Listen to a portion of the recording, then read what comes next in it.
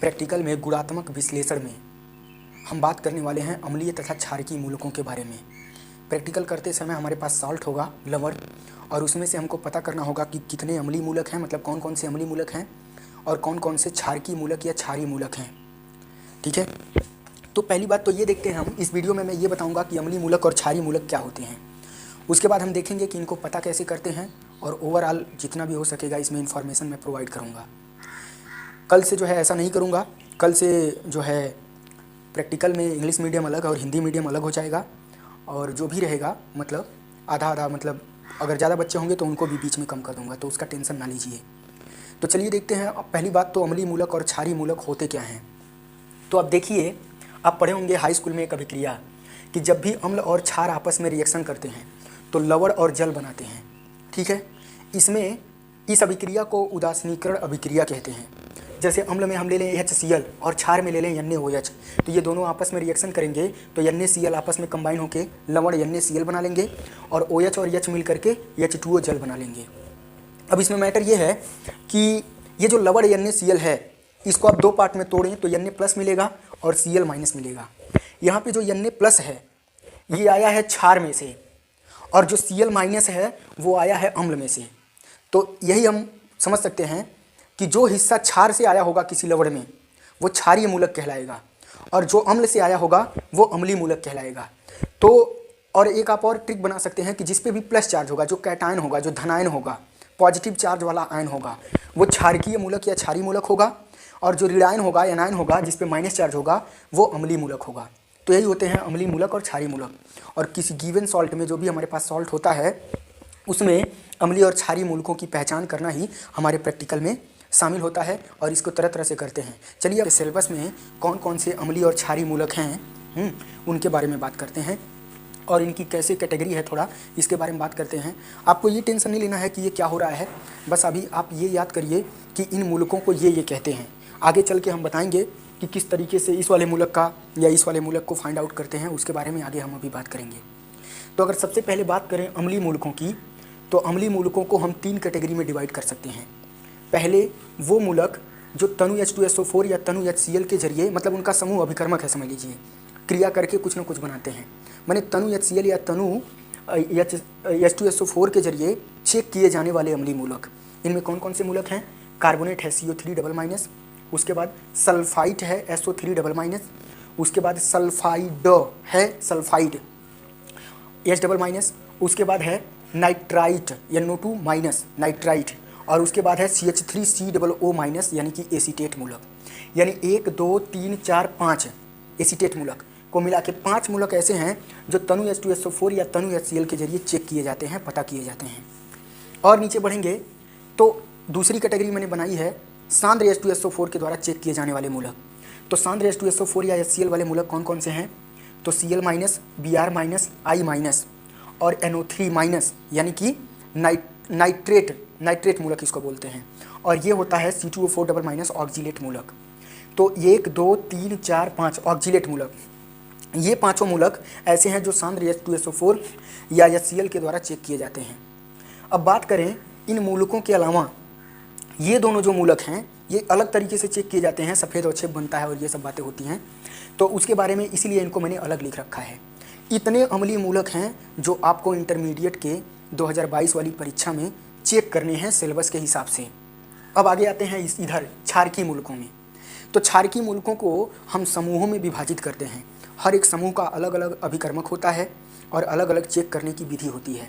पहले आप ये याद कर लीजिए कि कौन से समूह के मूलक को, मतलब कौन सा मूलक किस समूह का कहा जाता है, उसके बाद से हम आगे इसकी विधि और चेक करेंगे। देखते हैं जरा। क्षारकीय मूलकों में जो आपको पढ़ने हैं 1, 2, 3, 4, 5, 6, 7 समूह हैं। 6 समूह हैं और एक शून्य समूह है। तो देखते हैं इसमें कौन कौन से मूलक हैं। शून्य समूह में जो आपका मूलक है वो अमोनियम है, NH4+ अमोनियम आयन। प्रथम समूह में जो मूलक है वो Ag++, Pb++ और Hg2++ या Hg+, क्योंकि Hg2 लेते हैं तो डबल+ होता है, तो Hg लेंगे तो एक ही प्लस होगा। तो ये प्रथम समूह का मतलब क्षारकीय मूलक है। अगर बात करें द्वितीय समूह की, तो द्वितीय समूह में Pb++, Cu++ और RCnAs++, यानी कि इसमें 3 क्षारकीय मूलक हैं द्वितीय समूह में। तृतीय समूह की बात करें तो इसमें 2 ही क्षारकीय मूलक हैं, Fe ट्रिपल प्लस और एल्यूमिनियम ट्रिपल प्लस, यानी लोहा और एल्यूमिनियम। और तृतीय समूह है, इसलिए इस पे 3-3 चार्ज वाले मूलक लोहा और एल्यूमिनियम है। ऐसे ही ट्रिक बना के जैसे आप याद कर पाइए याद करिएगा। ट्रिक बनाने की ज़रूरत नहीं है, जितना इतना पढ़िए, इतना ज़्यादा याद करिए कि वैसे ही वो एकदम रट जाए।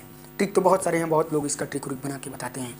आगे बात करें चतुर्थ समूह की, तो चौथे समूह में एमियन double plus, zinc double plus, cobalt double plus और निकिल डबल प्लस, ये जो है एक चौथे समूह का मतलब चौथे समूह में क्लासिफाइड किए गए मूलक हैं, क्षारकीय मूलक। Manganese double plus, zinc double plus, cobalt double plus, nickel double plus. ठीक है। पांचवें समूह की बात करें तो इसमें calcium double plus, barium double plus और स्ट्रोंशियम डबल प्लस, जो यस ब्लॉक में सेकेंड ग्रुप में कैल्शियम से नीचे वाले हैं, वही इसमें पांचवें समूह में रखे गए हैं। और अगर छठे समूह की बात करेंगे तो छठे समूह में आपका यमजी डबल प्लस है। तो इस प्रकार आप देख पा रहे हैं कि क्षारकीय मूलकों को हमने 6 समूहों और एक शून्य समूह यानी 7 समूहों में विभाजित किया है। और अम्लीय मूलकों को 3 कैटेगरी में डिवाइड किया गया है। एक कैटेगरी वो है जो तनु H2SO4 या HCl द्वारा चेक की जाएगी, एक कैटेगरी वो है जो सांद्र H2SO4 या HCl द्वारा चेक की जाएगी, और एक कैटेगरी है जो जिसमें 2 अलग मूलक हैं जिनको चेक करने का अलग तरीका है। अब हम देखेंगे कि इनको चेक कैसे करते हैं और इनका क्या तरीका है। चलिए, मैंने आपको बताया कि अम्लीय मूलक और क्षारीय मूलक आपको पता करने हैं, और आपके सिलेबस के हिसाब से कौन कौन से अम्लीय मूलक और कौन कौन से क्षारीय मूलक आपको पढ़ने हैं। मैंने आपको ये भी बताया कि कौन कौन से अम्लीय मूलक तनु HCl के द्वारा चेक किए जाते हैं और कौन कौन से अम्लीय मूलक सांद्र HCl या सांद्र H2SO4 के द्वारा चेक किए जाते हैं। और मैंने आपको ये भी बताया कि क्षारीय मूलकों की कौन कौन सी कैटेगरी है, और 6 कैटेगरी में से एक शून्य कैटेगरी है। अब चलिए एक किनारे से हम लोग देखते हैं प्रैक्टिकल कैसे करना है, और उसकी रिएक्शन के बारे में मैं आपको बताने की कोशिश करता हूँ। ठीक है ना। कल से जो है लैब में 10 लोगों से ज़्यादा लोगों को एक साथ नहीं ले जाऊँगा, ताकि मतलब प्रैक्टिकल अच्छे से हो सके। और सामान आने वाला है कुछ दिनों में, और बाकी सामान आ जाएगा तो अच्छे से होगा, उसका टेंशन ना लीजिए। यहाँ पे हम लोग स्टार्ट करेंगे पहले क्षारकीय मूलकों से, और क्षारकीय मूलकों में हम शून्य समूह से स्टार्ट करेंगे, 0 ग्रुप से, जिसमें मैंने आपको बताया था कि एक मूलक शून्य समूह में रखा गया है जिसका नाम है अमोनियम यानी H4+। चलिए देखते हैं। अगर आपको किसी मिश्रण में ये चेक करना है कि इसमें अमोनियम मूलक है कि नहीं है, तो आप क्या करेंगे, उस मिश्रण को थोड़ा सा परखनली में लेंगे और उसमें आप NaOH का विलयन डालेंगे। और NaOH का जब विलयन आप डालेंगे तो होगा ये, डाल करके मिश्रण लेंगे प्लस NaOH का विलयन और उसको गर्म करेंगे तो अमोनिया गैस की गंध आने लगेगी। ठीक है ना। और अगर अमोनिया गैस की गंध आ रही है तो इससे आपको मतलब ये कन्फर्मेशन टेस्ट नहीं है, लेकिन इससे अंदाज़ा लगा कि अमोनियम आयन हो सकता है, क्योंकि अमोनिया गैस की गंध आ रही है। अब अगला आप कन्फर्मेशन टेस्ट ये करेंगे कि उस परखनली में जिसमें से वो अमोनिया गैस की गंध आ रही है, आप परखनली के मुँह पर तनु HCl से भीगी कांच की छड़ को लेके जाएंगे। तो क्या होगा, NH4Cl का सफ़ेद धुआं बनेगा। और जब NH4Cl का सफ़ेद धुआं बनेगा तो इसका मतलब है कि NH4+ निश्चित हो गया, मतलब उसमें अमोनियम आयन कन्फर्म है। इसकी रिएक्शन देख लेते हैं कि ये जो बनता है असल में ये ऐसे कैसे बनता है। तो देखिए, अगर आप मिश्रण लिए हैं और उस मिश्रण में है NH4+ यानी कि अमोनियम आयन है, और उसी में आप डाल रहे हैं NaOH, क्या डाल रहे हैं, NaOH सॉल्यूशन, तो ये उससे रिएक्शन करके बना लेता है NH4OH, अमोनियम हाइड्रोक्साइड बना लेता है। क्या बना लेता है, अमोनियम हाइड्रोक्साइड, जब NaOH उस मिश्रण में डालते हैं जिसमें NH4+ होता है। तो अब ये अमोनियम हाइड्रोक्साइड NH4OH जो होता है ये अनस्टेबल होता है, और ये अब अनस्टेबल मतलब अस्थायी है, तो उसको गर्म करेंगे तो वो किसी और चीज़ में टूट जाएगा।